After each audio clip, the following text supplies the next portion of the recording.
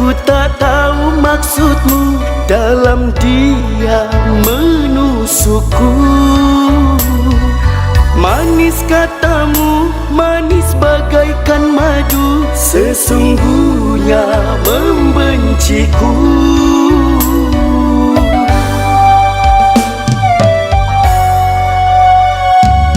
Sandiwaramu tak berarti untukku. Ku tahu siapa dirimu. Kaulah sesungguhnya racun yang berbisa di antara yang lainnya, di antara yang lainnya.